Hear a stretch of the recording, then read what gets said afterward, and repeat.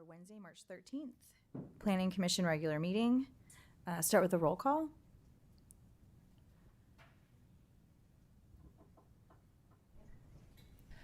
Good evening, Commissioner Lazar. Here. Commissioner Kraft. Here. Commissioner Freitas. Commissioner Benson. Present. And Chairwoman Meyer. Here. Thank you. We will do a salute to the flag.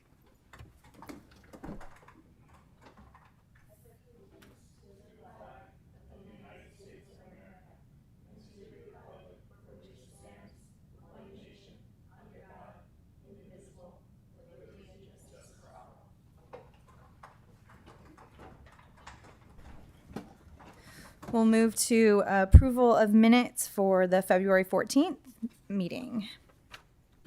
I'll make a motion to approve the minutes of the February 14th meeting. Thank you. I'll second that. We could probably all in favor there. Aye. Aye. Thank you. We'll move to oral communications. This would be the time if you would like to discuss anything not on the agenda tonight. That would be your time now.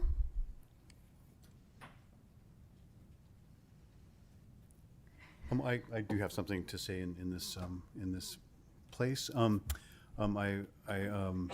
had some communication with Planning Director Kenyon around the GHD scope of work for the next phase of the Beta Zoo Trail, and I had a look at that scope of work, relative to some areas that I felt were underexplored during the ISMND process, and just took a look at that scope of work, which we had already approved and council had approved, just to sort of double check that there was those items that we were concerned about as a commission, and I was personally concerned about, were covered in the scope of work, and many of those items are covered in the scope of work, and the scope of work is not yet complete. There's a lot more money that could be added to their scope in order to meet those things. So I did send a letter out to Miles Slattery and the Director of Community Services, to Brian and to Jesse Willer,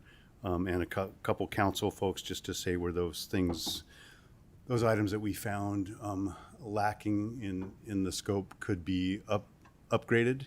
And so I've done all I can on behalf of the commission, that the next investigations into the conditions for the Beta Zoo Trail are based on the actual alignment of the trail and some of the concerns that I had earlier, and that this commission felt was that had perhaps put the city at some level of risk.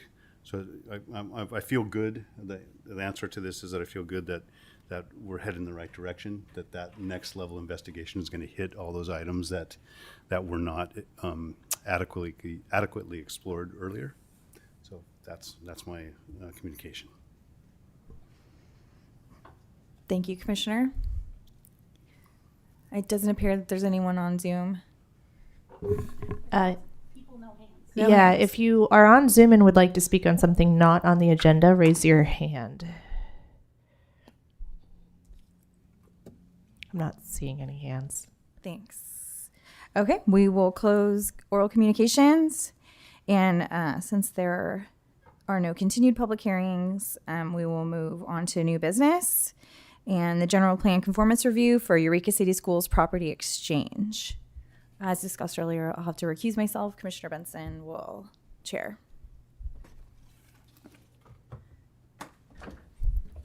All right, we have a presentation by Assistant Planner Oh, good. Thank you. Penelope Ponce. Let me find. This is it, right? Yes. Okay, let me share my screen. Share screen.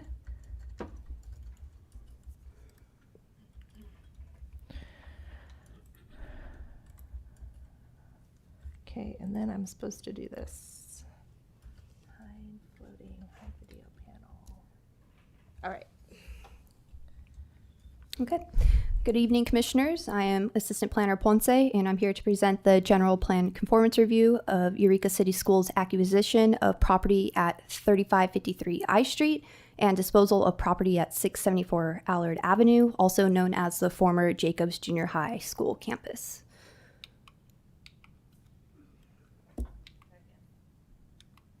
Okay.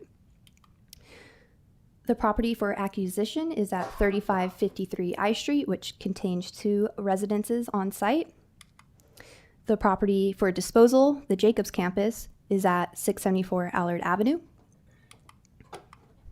Zooming in closer, the I Street property is located east of H Street and south of Manzanita Avenue.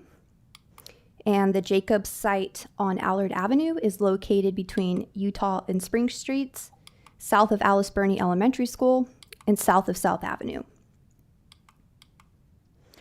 3553 I Street is a 6,534 square foot parcel, which is approximately 0.15 acres. It has a low density residential land use designation and a residential low zoning. It contains 1 single family residence, 1 950 square foot ADU, and has a 480 square foot garage. The Jacob site is 14.1 acres with a public, quasi-public land use designation and public facilities zoning. The Jacobs Junior High was built in 1956 and served as the junior high until the 1980s. The campus was used as adult education and a continuation school until the district decided to close the campus in 2009. In 2019, the district's Board of Education declared the site as surplus. And in 2021, the district had all buildings on the site demolished. In December 2023, the school board made a decision to enter into an exchange agreement with AMG Communities, Jacobs LLC. Per exchange agreement, the southern 8.3 acres are being sold to the developer, and the northern 5.8 acres are being retained by the district and will continue being used as ball fields. Currently, the property contains 2 parcels. One is 11.7 acres and the other is 2.39 acres. A lot line adjustment will be required to move the shared lot line north to reflect the agreement standards. Any proposed private, residential, or commercial development would require zoning and general plan map amendments. The district proposes to acquire the 0.15 acre property at 3553 I Street. The district has not yet developed specific plans. The current intent is to use the existing structures for employee housing, though that might be revisited in the future. The units on site would be leased, and no decisions have been made yet about the rates. The district also proposes to dispose 8.3 acres of Jacobs campus and use the funds from the disposal to help meet district capital facility needs. Since the project is located within city limits, California Government Code 65402 requires the district, prior to either acquisition or disposal of real property, to request a determination from the city's Eureka Planning Commission to the conformity of the location, purpose, and extent of the acquisition and disposition with the city's adopted general plan. Staff's recommendation is receive a report and adopt a resolution finding Eureka City Schools' acquisition of 3553 I Street and disposal of 674 Allard Avenue in conformance with the city's 2040 general plan. Here is the suggested motion from the staff report. And here is our new motion. Staff has decided to change the motion to clearly reflect the district's intended purposes for the acquisition and disposition. I'm going to stop screen sharing now to allow for discussion. Staff's available for questions, and I believe I saw representatives from the district are here as well on Zoom. Thank you very much, Assistant Planner Ponce, for the good report, staff report on that, and for your hard work to create that. I'd like to open up first to the commission to ask questions of staff and or the petitioners. Go ahead. Thanks. You note in the staff report and in your presentation that there's 2 parcels that will be adjusted through lot line adjustment. Yes. I know it might be early, but are we confident that they're both separate legal parcels for purposes of the Subdivision Map Act? I believe they are. Have we checked, Kristen? They're Director still Kenyon? working on getting the necessary title report for that lot line adjustment. Right. But that would be an administrative, ministerial, essential action should it come back in the future. Correct. I noticed in the packet that there was a notice of exemption filed by the school district in the 35-day window. Did we provide any comments on the notice of exemption or have any concerns? Because as a responsible agency, we have the ability to comment. I hadn't realized it had been posted to the county recorder's office until we got the application for the general plan conformance review. And do we usually hear from the school district when they take action on CEQA projects from your experience? No. Yeah. I noticed it. I could have told you because I was filing a notice of exemption and I saw it on the clipboard there, but I didn't think of that. On my last question is, I think in the future, though, isn't there a new state law that more stuff needs to get posted to SequaNet? correct. Yeah. So maybe we will catch this stuff in the future. Yeah. Yeah, I think that's becoming not optional. The land use and zoning of the property are currently, so it's PQP is the planned designation. Can you clarify that, what that means? That means that land can be used. The allowed uses for that are government facilities such as schools. They could also be city facilities such as like a courtyard and other things like that, and parks. It stands for public, quasi-public. That's kind of like that. Yeah, okay. And PF is public facilities. That's the zoning. Yep. So what I struggled with in terms of determining this to be conforming with the general plan, there's 2 parts to it. There's the site they're acquiring and there's the site they're disposing of. And the site they're acquiring, to me, is a real lateral. You know, it's an existing residential site. They're not planning to disrupt that use. That's easy to wrap my head around. In its current capacity, a PF or PQP property really is best suited to a public or quasi-public user or owner, and that's not the scenario before us. So how do we make the finding that it complies with the general plan or conforms with the general plan in that regard, given the potential new owner? Well, I found that, sorry, Penelope. go for it. I found this state law that speaks to that, that basically says the local government has to allow a rezone of a surplus school property to at least the zoning that surrounds it. So you can't, force a rezone to natural resources for school property. This site is surrounded by single family residential. So per state law, it kind of anticipates that when a school is surplused and no longer needed, that it would get zoned to the surrounding, at least as intense a zoning as the surrounding parcels. Right. So Need to be part of the motion that we name the rezoning, or is that automatic? No, it doesn't happen automatically. There needs to be a rezoning process. right. But in this case, this would be a low density land use designation given this neighboring properties. We would have to approve at least a low density residential. After that, it's an open question. We're not obligated to go beyond that under the law you're talking about. Correct. I'm going to find this law for you. Well, that's helpful. Thank you, Director Kenyon.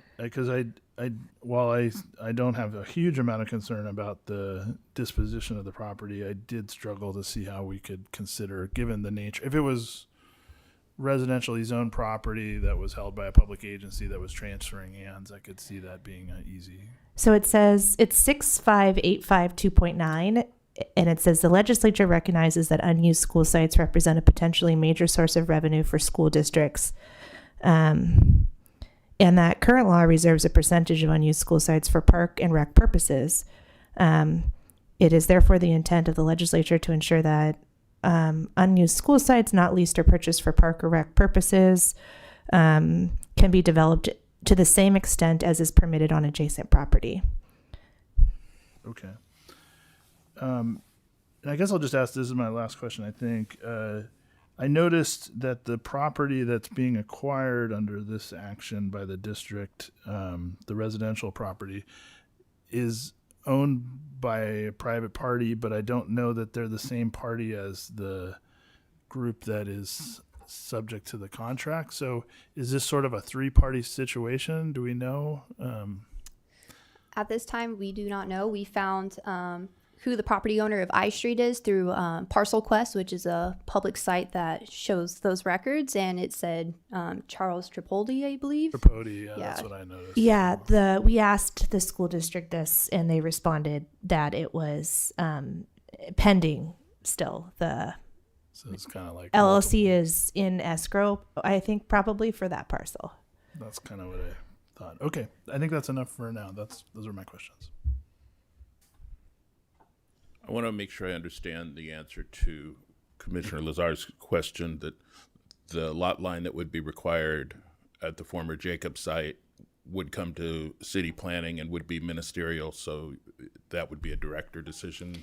It is a director decision, but that gets mailed to property owners within 300 feet of the lot line adjustment, and they can request a hearing by the planning commission. So it could likely, it'll likely come to you. Okay. All right, I appreciate that. My question, Director Kenyon or Assistant Planner Ponce, is if the property is if the property use around this is low density residential, will we have another opportunity to view what the proposed development in there is to make sure that it's consistent with low density, or is that expected to be sort of mixed density or medium density? Does it allow, without coming back to us, does it allow them to do higher density development than the low density? It's currently, it's going to be, after the lot line adjustment, it's going to be one parcel zoned for public facilities. So it's going to have to get a general plan and zoning map amendment. And then it'll also, likely be subdivided through a major subdivision. Both those things require review by planning commission. The only exception for that is if it gets rezoned by initiative, then it wouldn't come to you. Right. Thank you. That And it that is clarifies. implicated in an initiative on the ballot this November for rezoning. Okay. Thank you very much. Sorry, I understand the zoning piece of that. Would the subdivision come through city planning processes? Yeah. So even though, if the initiative passes, it would get rezoned and CEQA wouldn't be triggered. It's very likely that it won't be like one development it's very likely they'll want to subdivide, and that will have to come through the city and will trigger CEQA. Okay. Any other questions, initial questions from the planning commission? Okay, let's move it Oh, I to. just had one. Yeah, Just go ahead. on what we just heard. Given that if the initiative were to pass, the land use potential outside of subdivision would still have the same density and potential impacts that are no longer subject to discretion because they're not requiring a legislative action with us. Wouldn't that make a subdivision kind of an easier CEQA road because the development could occur regardless of whether new lines were created?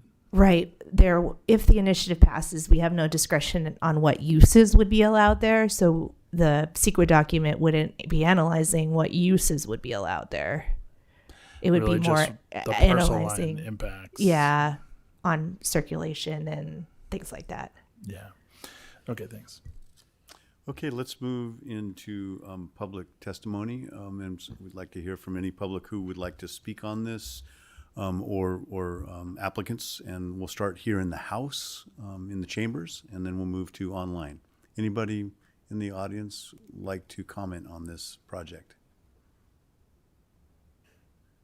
Appears that there are none. Let's move to folks online. Anybody like to comment to the commission on this?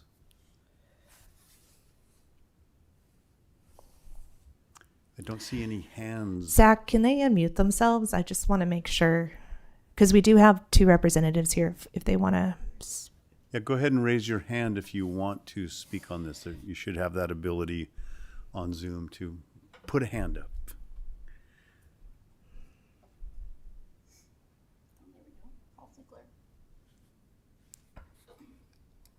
Paul, would you like to speak?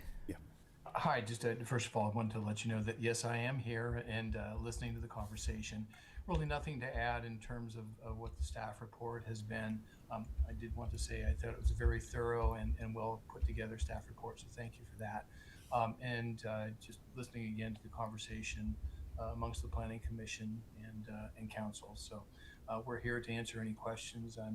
Also have our legal counsel, Ari Percival, if other questions are here we would like to direct our way. Thank you, Mr. Ziegler. Appreciate it. Did you see any other comments or hands up? Okay, I'd like to ask Assistant Planner Ponce to please bring the motion back up. Oh, sorry, and this closes public comment. Thank you, Jessica.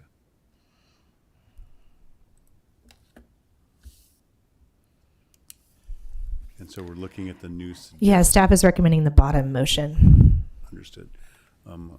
I'd like to hear the motion if any of the commissioners would like to move it. I'll make the motion for purposes of discussion. I move the Planning Commission adopt a resolution finding Eureka City Schools acquisition of 3553 I Street for the purposes of employee housing and disposal of 674 Allard Avenue to meet district capital facility needs in conformance with the city's 2040 general plan. I'll second the motion. Okay, we have a motion and second, so we'll bring it back to the commission for any further discussion. Yeah, I guess I would just express for the folks listening at home the importance of the forthcoming initiative that'll be on the ballot, and just the consequences of that, I think, are pretty clear. That should this exchange occur, there won't be very much opportunity for discretion by our body, and that may or may not be a good thing, but it is something to weigh heavily when voting on that in November. So I think that is important to emphasize when this might be the last time we see it, frankly. So I just feel like that's worth noting given what lies ahead. Okay. I would echo Commissioner Lazar's thoughts on this. Our role here is pretty narrow. I think it's clear enough to me that this does fit within the general plan. As somebody who lives here, don't appreciate the process by which we got here, and I think it's important for the citizens and especially the people in that neighborhood to think about what they want to see and how they want to see things develop, and to communicate that as the city citizens are going to vote. But I'm happy voting on this now to move it forward. Okay, thank you. I see, looking at the attachments 2 through 6 and looking at this is what Eureka City Schools wants to do with this property. I don't see any reason for us to stand in the way of that. And, I also don't see the reason to politicize it through adding it to a ballot. This is something that's likely to move forward through the normal planning processes. But nonetheless, that's just a matter of personal opinion. I am in favor of moving this forward. I don't see any really roadblocks to this property exchange that's proposed by Eureka City Schools. Any other comments before we take a vote? We have a motion and a second. Let's put this to the vote. All in favor, say aye. Aye. Aye. Opposed? Seeing none. Exemptions, Meredith, of course, recused herself. So this motion passes. Thank you, Commissioners. Sure. I'd like to invite Meredith Mayer, the chair, back to run the meeting, the rest of the meeting.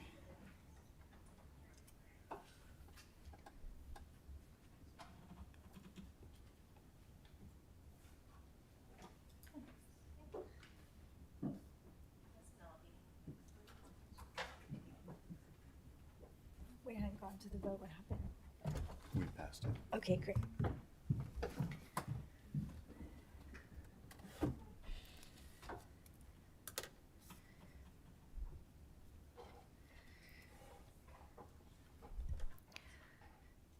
Okay, so we have made an edit to the agenda. We are going to move the general plan conformance review for county acquisition of 803 4th Street. Am I correct, right? We're going to move that last so we can move to H3, which is the 2040 general plan annual progress report.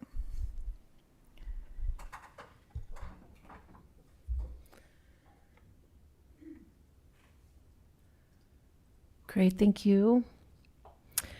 All right, Caitlin Castellano, Senior Planner. I was trying to make this brief, but I do have some information to share about this. So California Government Code Section 65400 requires cities and counties to submit an annual progress report called an APR on the general plan and its implementation to the City Council and the state by April 1st of each year.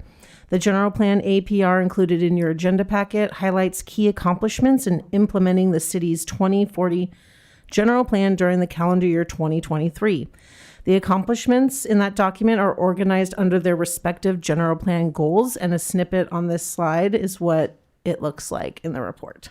So this year's APR may not be a complete list as it was prepared in a short notice, but it's a great start, and we envision this report being more comprehensive next year. So you might ask, what is a general plan? A general plan can be described as the local government's blueprint or constitution for meeting the community's long-term vision for the future through land use, development, and resource decisions. It is required by Government Code Section 65300 and has a long-term planning horizon of 20 to 25 years. There are many types of approvals and actions that must be consistent with the general plan, such as use permits, subdivisions, building permits, and even SEQA review. So as you can see, by this land use planning hierarchy pyramid I pulled off the internet, the general plan is at the top with a long-term and more general planning document. Then the zoning code is underneath, which is the city's primary instrument created through legislative actions to implement the general plan. The zoning code includes detailed regulations for land uses, structures, and activities in Eureka, which are often implemented or allowed through subdivisions, next on the pyramid, use permits and variances, etc., which are discretionary / quasi adjudicatory, sorry. I practiced that all day and I still got it wrong. Actions by a quasi-judicial body, which is you as the commissioner, as the planning commission. Then at the bottom, there are ministerial building permits, and other administrative permits like a sign permit and even business licenses that have to follow more detailed regulations and standards where staff can act on them as no discretion is involved in the decision, meaning staff is not using personal judgment to make the decision because specific standards have been met. So it's important to note that the zoning regulations resulted from the city's general police power to protect public health, safety, and welfare of its residents. And as I previously shared, the zoning regulations must be consistent with the general plan. So although the city's police power is broad, it is not absolute and cannot conflict with the state's general laws. So all general plans in California must include 7 mandatory elements. That's land use, housing, open space, conservation, safety, circulation, and noise, but can include additional optional elements that speak to other topics of local interest. So the 2040 general plan's required and optional elements are presented in 5 sections, which provide the goals and policies to guide the city's short-term and long-term decision-making. So that includes section 3.1, our community, relating to land use, housing, which is under a separate cover we call the 2019 through 2027 housing element, and Kristen will present on an update on its implementation shortly. as well as the economy, historic, and culture preservation. Then we have section 3.2, our environment, relating to natural resources and open space, agriculture and timberlands, and air quality and climate change. Section 3.3, our civic resources relating to arts and culture, parks and recreation, and community services. Section 3.4, our infrastructure relating to mobility and utilities. And last, section 3.5, our well-being related to health and safety and noise. So next I'll share a timeline of the development and approval of the 2040 general plan to wrap up this presentation. In 2013, the city began the general plan update process. Then for the next 5 years, outreach and deliberation occurred. And then in October of 2018, the 2040 general plan was adopted. And then 6 months later, the city began the housing element update. And in December 2019, the 2019 through 2027 housing element was adopted. Although the housing element is a component of the general plan, they are on different cycles, where housing element is updated every 8 years and the general plans are every 20 to 25 years. Again, Kristen will be presenting on the housing element progress report next after this item. So we recommend you receive the 2040 general plan APR, and the report is scheduled to be presented to the city council on March 19th. And once they accept the report, it will then be submitted to the State Department of Housing and Community Development, known as HCD, and Office of Planning and Research, OPR, by the April 1st deadline. Whew, I'm happy to answer any questions. Thank you. Thank you, Planner Castellano. That was great. Appreciate that. Okay, questions for staff? Question. So this is open to Caitlin or Kristen. What do we think are on the horizon as far as implementation measures from our general plan that are forthcoming in the near term? What are the most prominent, maybe? So, The bike plan. yeah, the bike plan, the waterfront Eureka plan, there was a lot of housing program implementation programs that are in the goals. I foresee this report next year, including more of those implementation measures and what projects, what goals they go under. If you recall from the last couple of years, our annual progress report was literally just the implementation measures, and it was pretty sparse, and it didn't really show all of the good things that the city of Eureka is doing. So since there was no technical template for this report, we chose to focus on the goals and put all the projects underneath it. But a lot of the implementation measures were super broad. Yeah. I don't know if sorry if that answers your question. No, I mean, I just was interested because staff kind of prioritizes and we see what lands as part of the legislative follow-up, but it would be hard to know where they land on rankings because there's often a long laundry list after the general plan gets adopted of implementation. So thanks.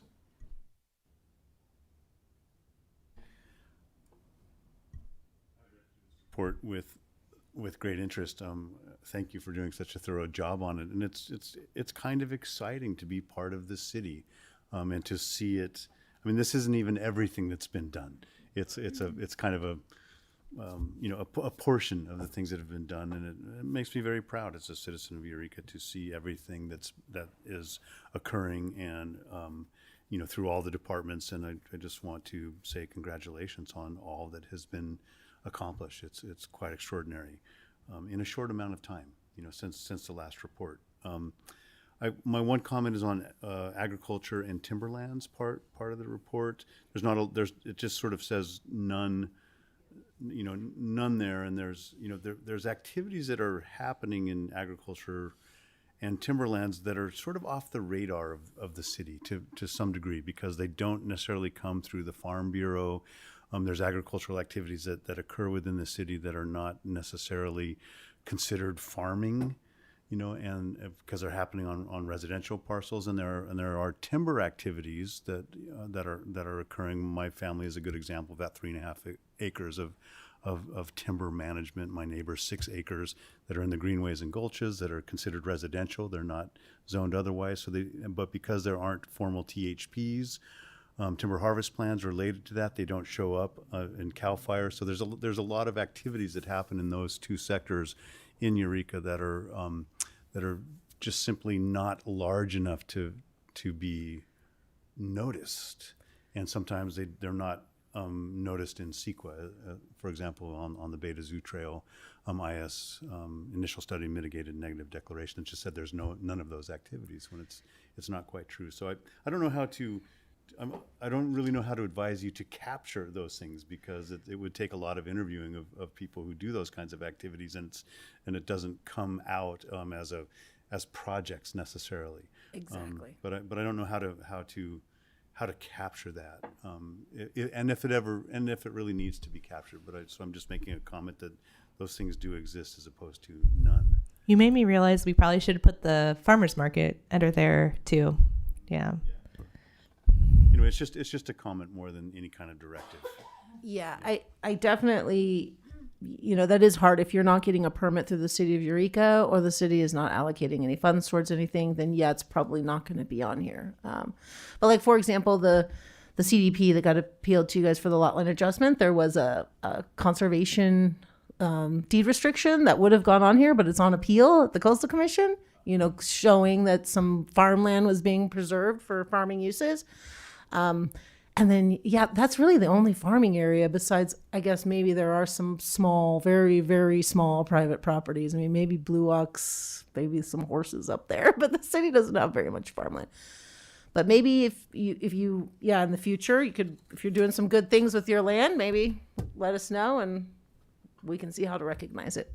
Yeah, I'll just give an example on my family's land in the Greenways and Gulches. We have an agreement with the Yurok tribe where they do wild crafting on those lands for traditional crops, fungi and certain kinds of berries and stuff. And so we allow them to come in and manage that land for basket making materials and other crops that would never hit anybody's radar as agriculture, but it's traditional ecological knowledge, and it's an agricultural activity.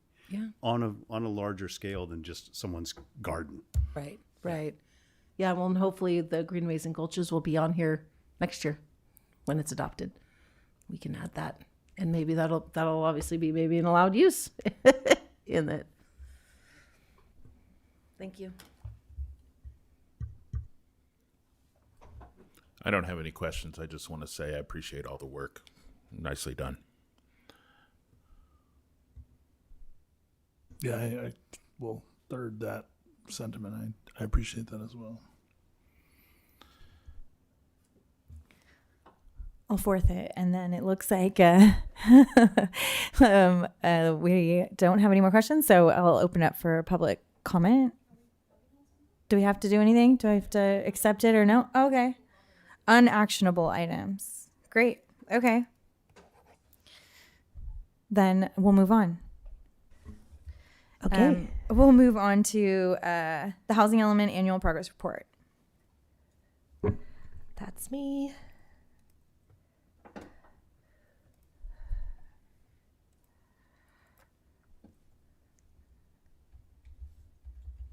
Okay. So state housing law requires every city and county in California to plan for a share of the state's total projected housing need in their housing elements of their general plans. This happens at an 8-year cycle. Like Caitlin said, the current 6th housing element cycle for Humboldt County runs through 2027. It's the State Department of Housing and Community Development, or HCD, who determines how much housing at various affordability levels is needed for each region. Each region's share is called the Regional Housing Needs Allocation, or RHNA.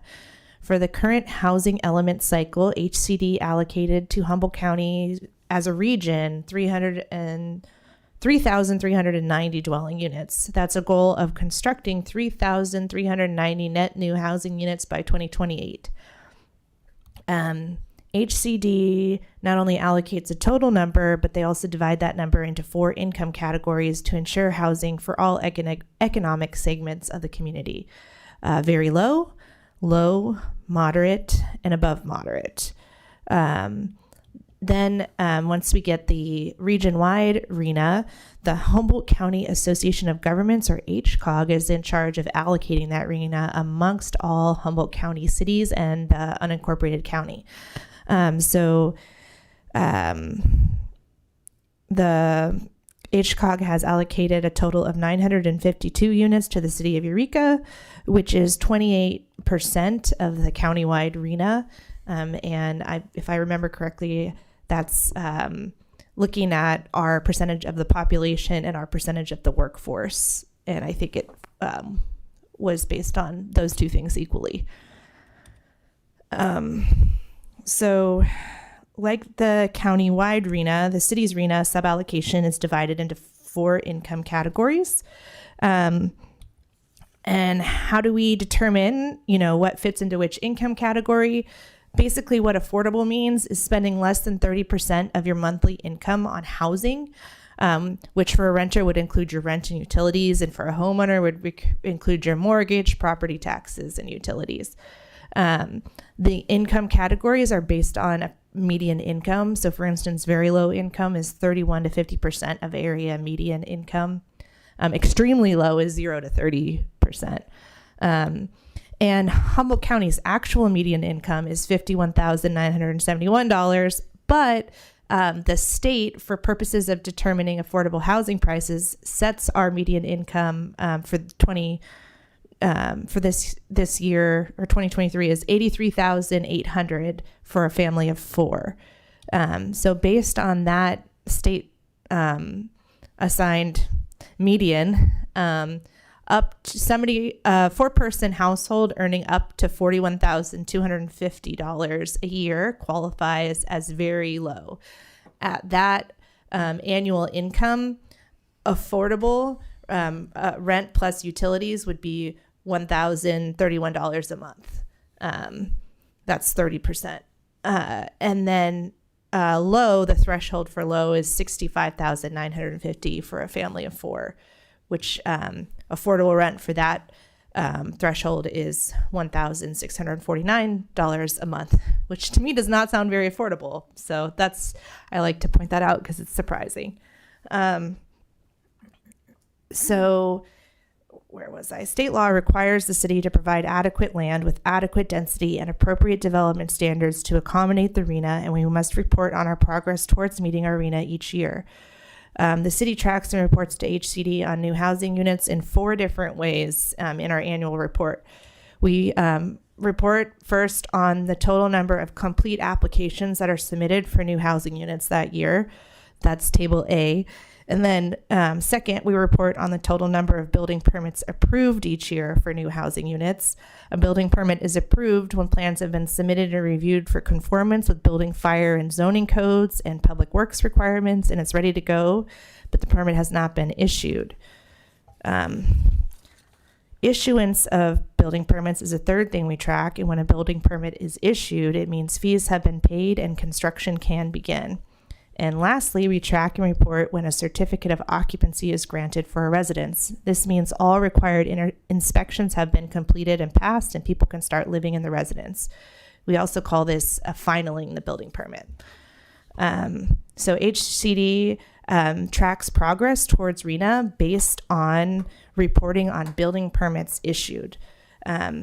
So when we give somebody a go-ahead to start construction on a new house, that's when the unit gets counted, which was surprising to me because I assumed it would be when it was actually constructed, but it's when it's issued that it gets counted.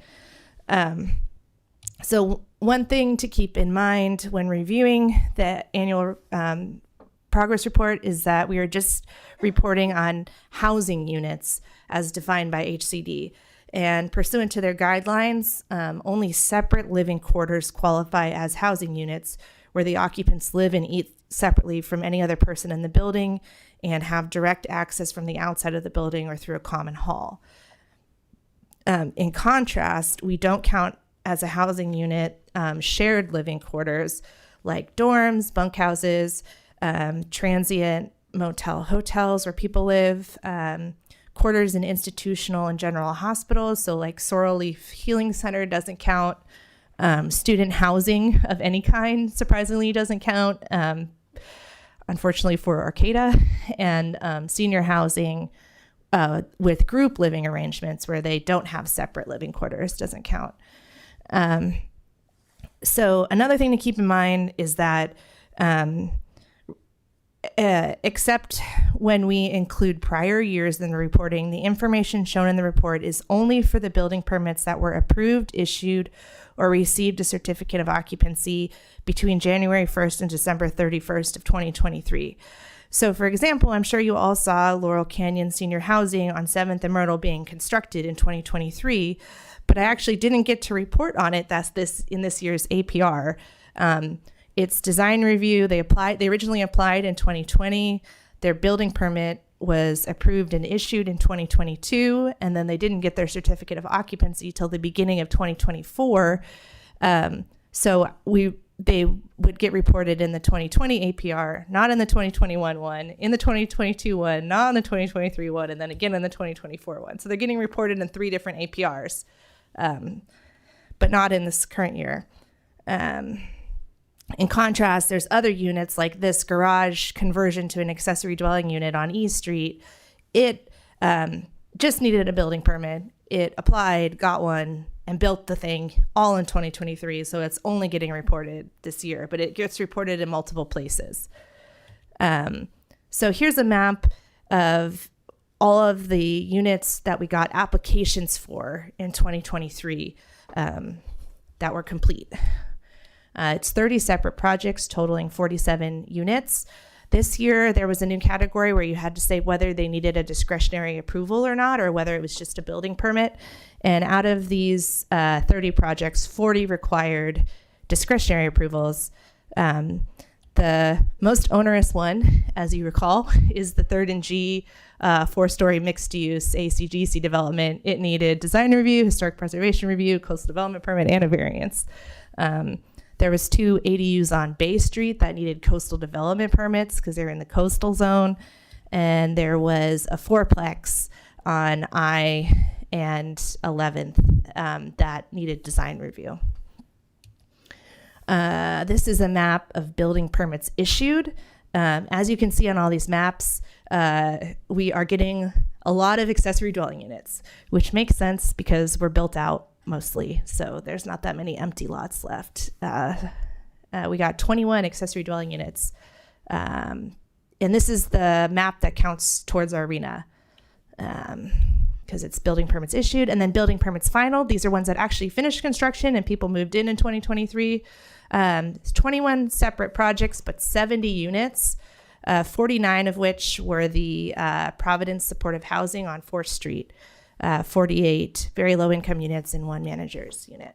That was a home key motel conversion. So this is the reporting HCD's RENA count. This spreadsheet automatically populates in the Excel file that we use based on how we've reported in past years and what I've reported for this year. And it shows that we are not doing well. It shows we've only approved 152 units total to date out of our 952, which is 16%. And it shows that only 7 of those were very low income.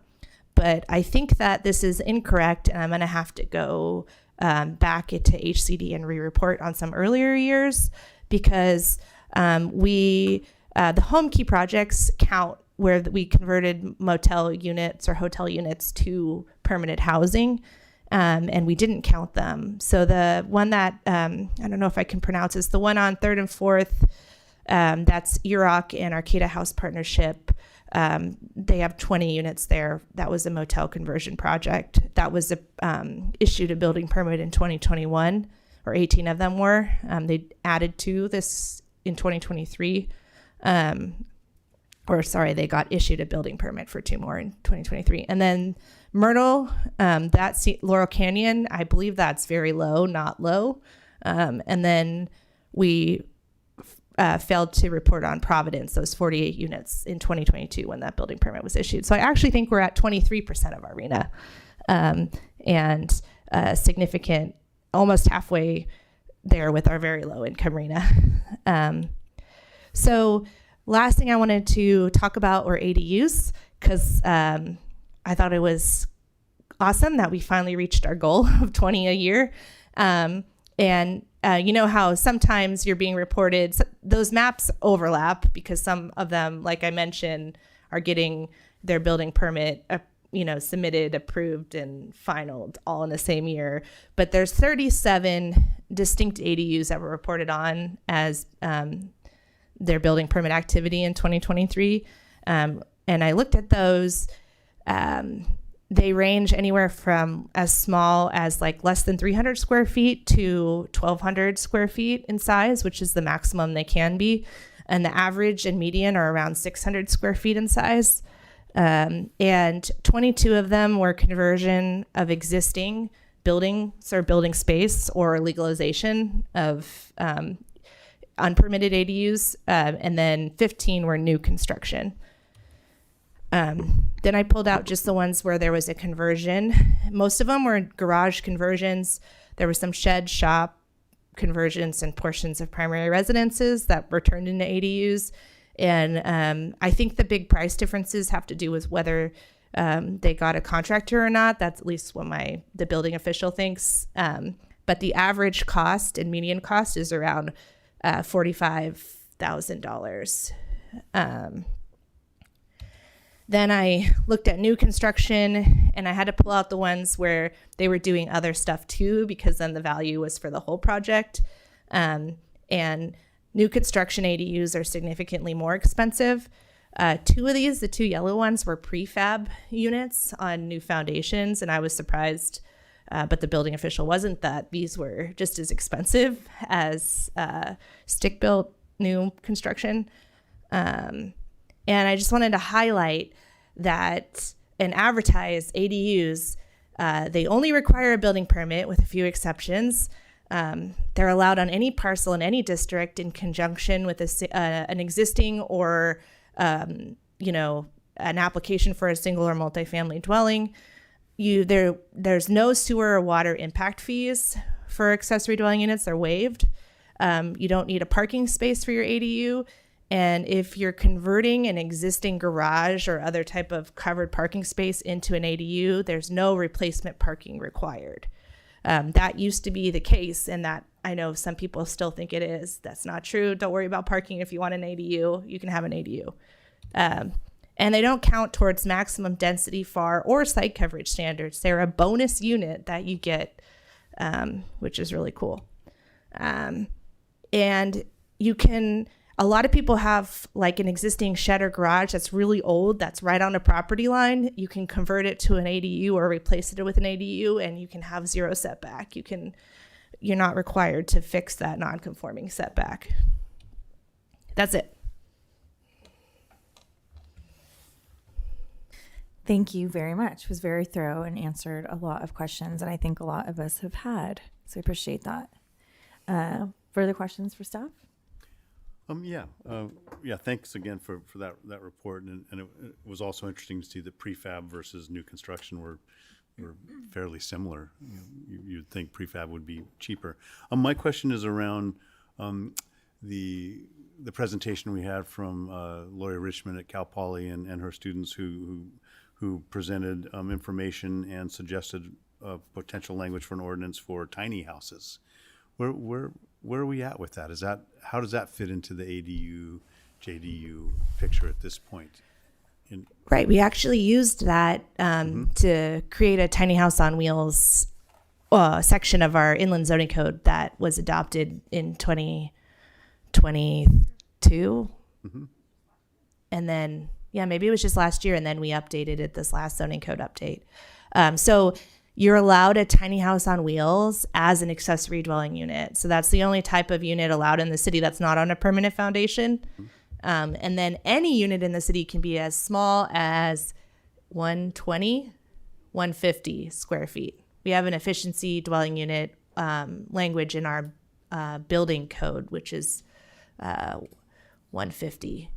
Eureka Municipal Code, 150. So you can be as small as 150 square feet, even for your primary residence. Has anybody done a tiny house in Eureka? Oh, yeah.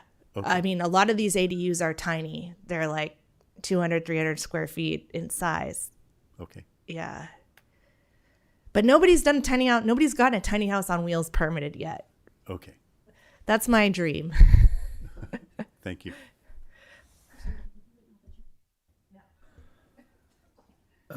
Thanks for the report and the presentation. One question I had was, it seemed like when I started my planning career, ADUs weren't credited towards housing numbers. Is that your understanding? Yeah. I think they used to not be, because HCD now makes a big point of the fact that they are now credited, and junior ADUs are credited, even though some of them aren't full units, you know? Right. Okay. Because so in terms of the numbers you showed, our responsibility for, let's see, 952 units, right? And so of those 952, an ADU counts as 1 unit and a JDU counts as 1 unit towards the 952, right? Correct. And a lot of our low income units that we have reported are not deed restricted. They're just 500. They're less than 500 square feet in size ADUs. Right. Okay. Which we've determined in Humboldt County rent for rental prices that count as low income.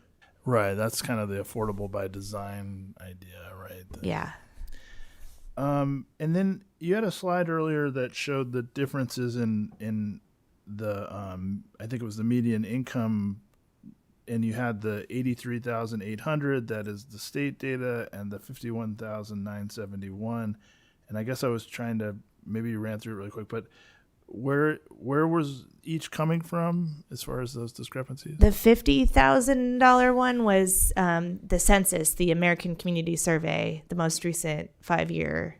And then the state, what they do is, I guess they take anybody they have a rural average median income, and any region that's below that, they bump you up to it. So we got bumped up to that statewide rural average, 83,800, for purposes of determining affordability for housing. So conceivably in another part of the state, you might be over what the median would be, but given a lower median than is actually realistic for the demographics in your community. But in our case, we're below what the average comes to. Yeah, which ultimately means that a lot more things qualify as affordable than maybe should. Right. Because that did seem higher than I expected. How recent is that 83,000 number? That's the most recent number. They update it yearly. Yeah, I think I was looking at last year's maybe, and it was I think it was like 70. Yeah, it's significantly more than last year's. Yeah. Okay. And then I guess while we're talking about housing, like, have we had any projects that have invoked the Housing Accountability Act, where you dedicate 20% of your units to moderate and then have certain higher bar or lower bar for approval, or Nope. Okay. Yeah, we've dealt with density bonuses so far. The ones that we've dealt with were not for additional units. It was for waiving standards. And then we've had a few SB 9 units, but nobody's come to us with that. Yeah, it's surprising, but we actually get more pushback on our minimum density standards these days than on our maximum density standards. Yeah. And I guess from your experience with the ADU wave that's kind of crashing on everybody's shores, like, what are the things that trip people up more often than not? Obviously, parking's off the table, and other things that were historically, or setbacks are usually relieved. Are there other things that you're finding are, gumming up the works or stymieing potential ADUs from emerging? Right. Caitlin said privacy issues. We've heard complaints about that, but I don't think that's preventing people from applying for them. I think, I know our building inspector and building official do a lot of work helping people through construction. Like, a lot of owner builders are doing it. And luckily we have super helpful building inspector and building official who care and go out there and help like people get through it. So I think if you don't have that, you probably would be struggling more. And then financing is hard because it's hard to get that loan. And people are worried that then the bank will refinance their primary residence at this new, they're locked in on a lower, because now that,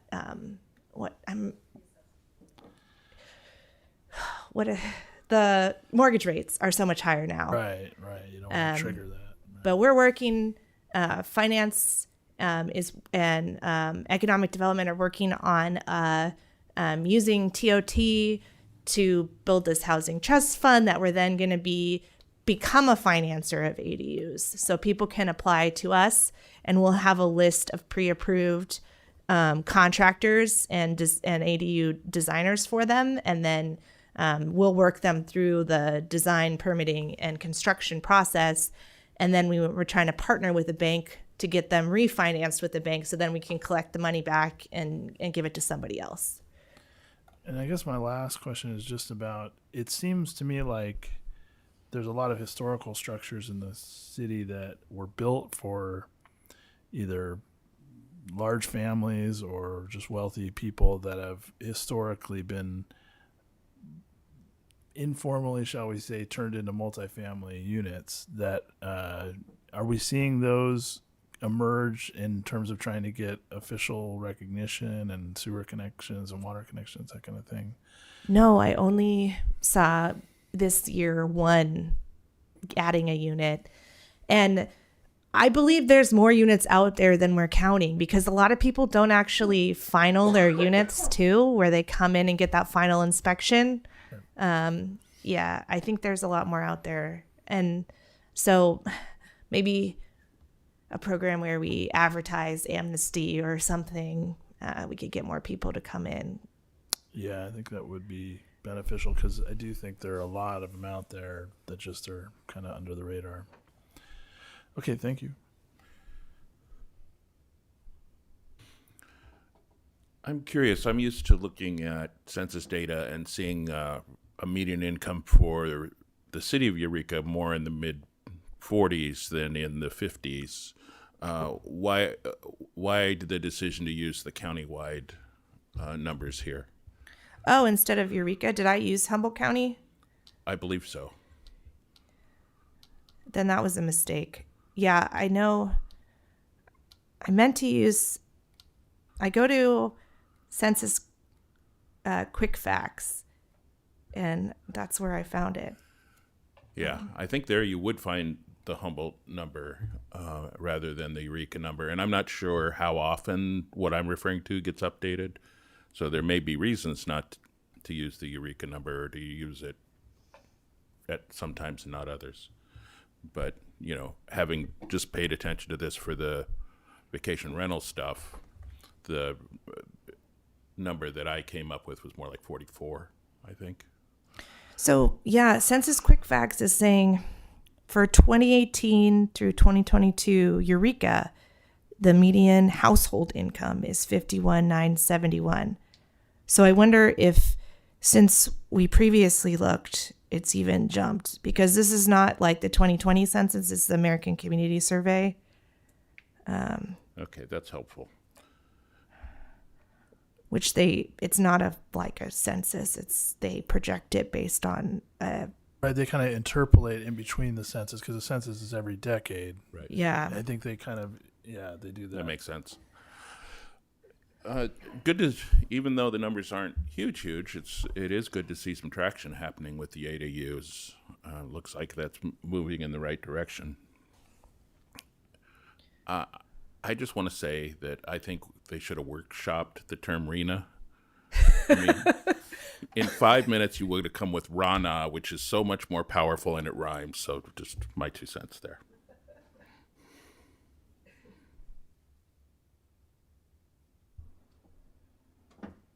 Okay. So this was our 6th cycle. So the numbers we're looking at, we would ideally want to be 6/8 of our targets if we were, incrementally moving towards the goals of the RHNA. Is that correct? Or 3/4. Yeah, we should I be guess further that's a little- along than we are. 3/4 is a little easier than 6/8, but yeah. I mean, it can all come in the last 7 or 8 cycles theoretically and be just as good. But is that fair? I think 2024 will be halfway.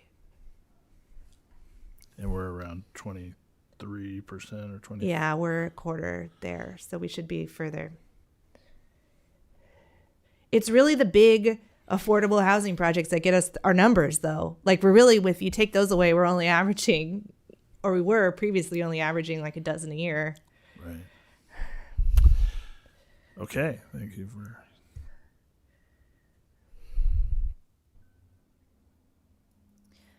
Okay. We will move on to general plan conformance review for county acquisition 803 4th Street.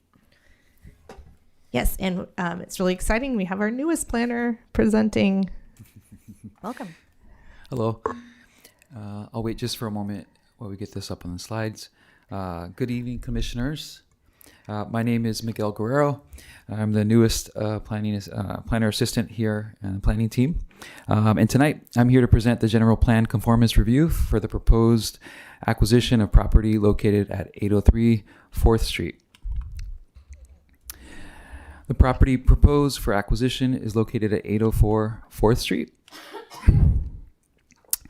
Zooming in a little closer, you can see the property is located at the northeast corner of 4th and I Streets. Little background here. This parcel, also known as a courthouse union. The land use designation for this parcel is downtown commercial and is zoned downtown. The parcel measures 13,200 square feet with a 1,229 square foot single story building, as well as a fixed overhead shelter measuring 966 square feet, and is currently being used as an auto repair shop. This property has a history of petroleum contamination resulting from leaking underground storage tanks associated with the past use of a gas station.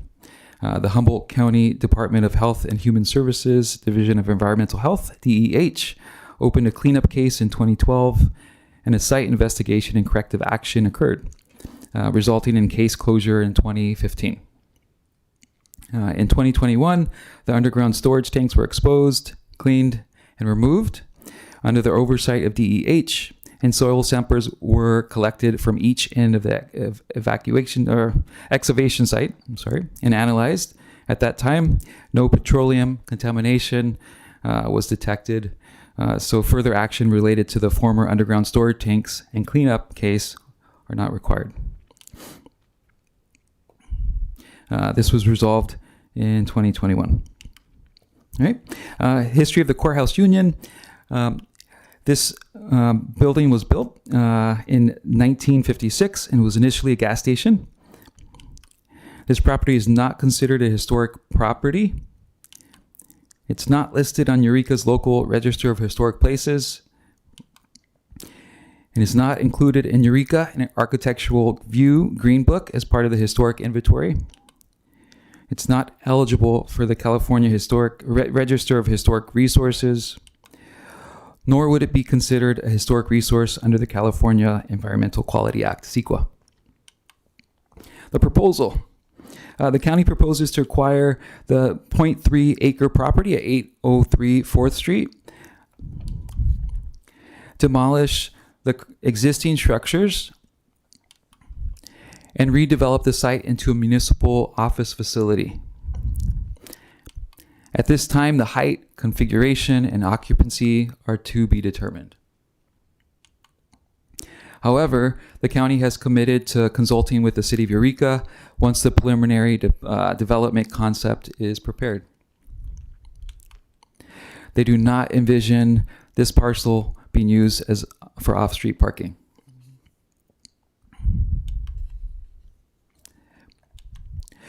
The conformance review here.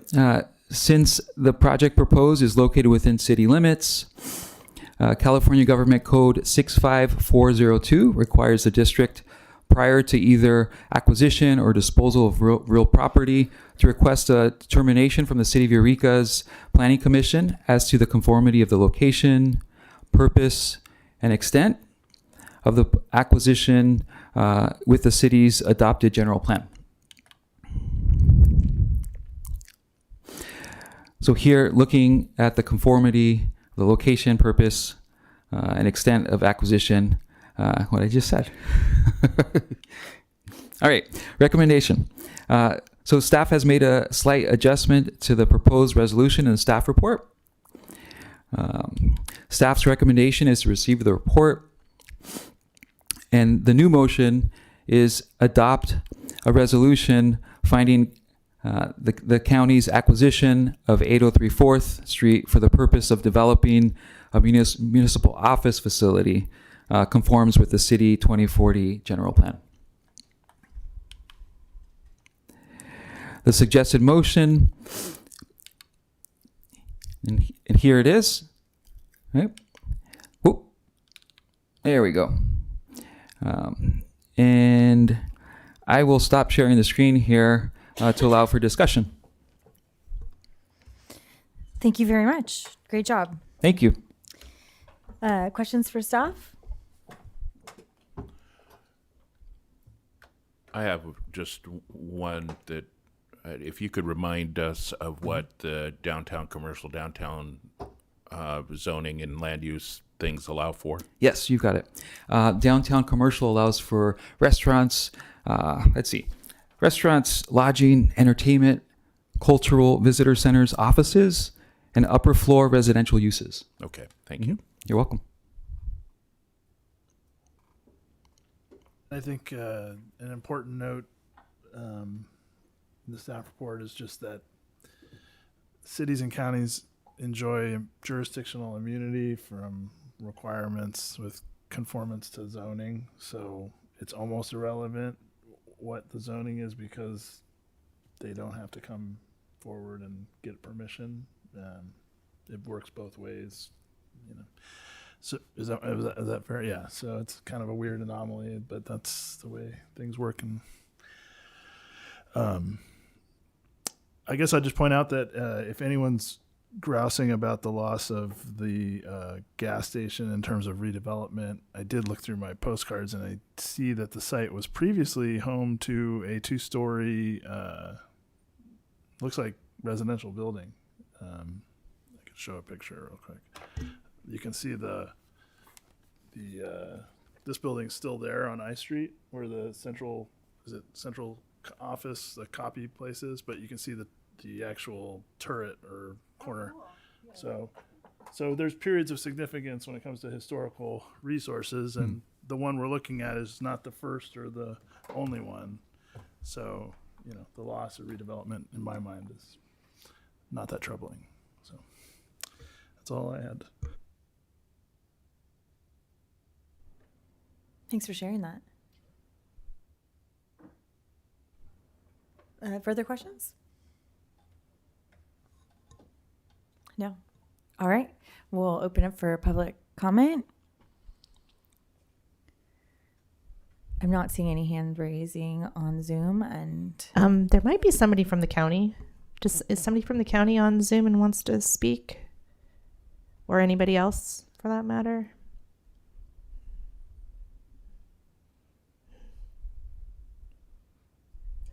Doesn't look like it.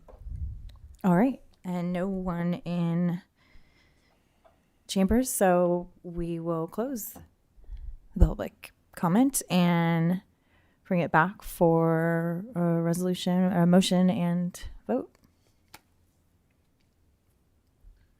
I'll make the motion if Miguel Guerrero would pull back up the motion for us. You got it. Thank you.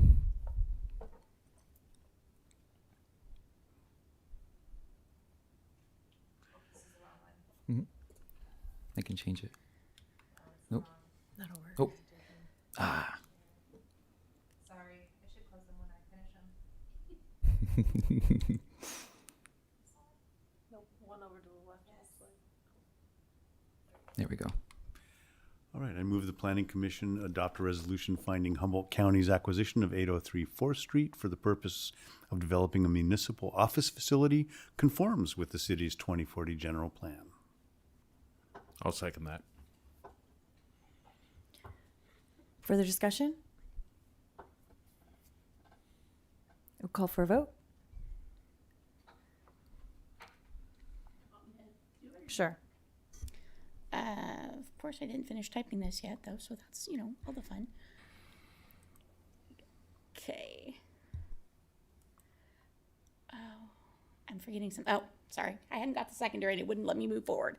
Okay. Commissioner Lazar, Yes. Commissioner Kraft, Yes. Commissioner Benson, Yes. and Chairwoman Meyer. Yes. Thank you. Motion carries. Thank you. Thank you. Great job. We look forward Thank to you. seeing you again. I do too. It looks like we can move forward to staff reports and communication. Anything added here? I just wanted to mention we have a lot on City Council next Tuesday, including Commissioner Kraft's going to be reporting on your vacation rental report. And also, we are reporting on, we're sharing out about what we heard from the Jacobs Campus Town Hall and potential next steps for City Council. I also wanted to mention that the CIP is going, the Capital Improvement Program is going to council in April, and it's not coming to Planning Commission this year because there's no new projects this year. And finally, I wanted to let everybody know that next week we're doing a walkabout with Eureka Main Street in Old Town to talk about the LCP update, the local coastal program update, in the morning on the 20th. So that'll be fun. That's it for me. Thank you. Other reports and communications? All right, we're adjourned. Thank you.